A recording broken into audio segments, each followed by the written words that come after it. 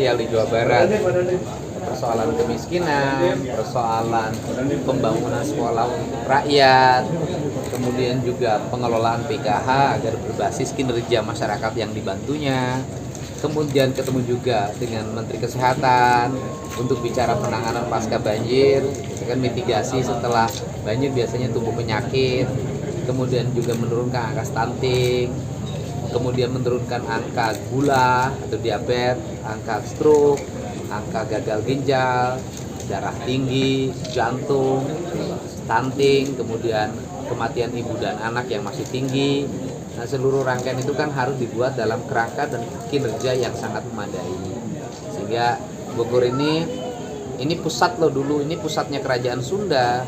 Jadi siapa yang berbuat baik di Bogor, maka dia akan menebarkan kebaikan ke berbagai tempat. Dan saya kembali menjadikan Bogor menjadi sentral berbagai kegiatan. Dan hari ini kita fokus juga, kita merehabilitasi berbagai problem lingkungan dimulai dari Bogor, karena hulunya ada di Bogor. Ya. Untuk wacana evaluasi RT RW gimana Pak? Oh sudah berjalan. Jadi gini, yang pertama adalah evaluasi moratorium ya. Jadi peraturan gubernur tentang larangan alih fungsi lahan hutan, lahan perkebunan, lahan daerah aliran sungai, lahan pesawahan sudah terverifikasi di Kementerian Dalam Negeri, dan hari Senin sudah bisa saya tanda tangani. Ada beberapa klausul yang harus dimasukkan. Itu.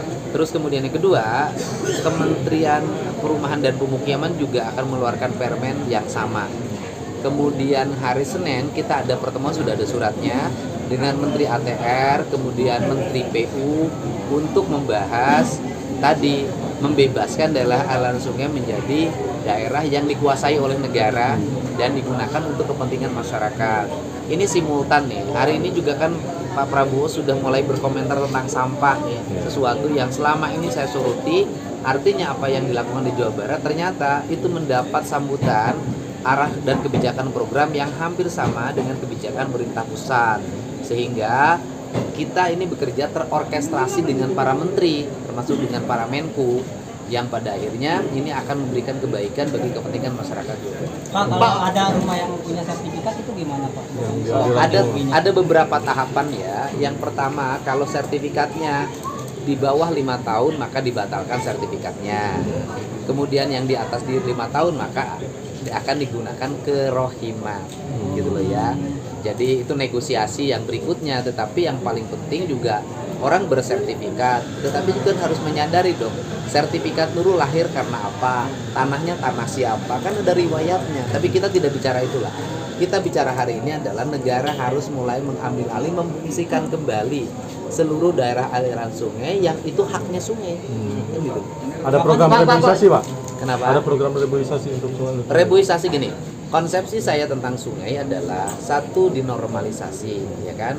Kemudian kedalamannya dikeruk lagi, dilebarkan, kemudian di pinggirnya ditanamin pohon khas yang menjadi endemik daerah itu.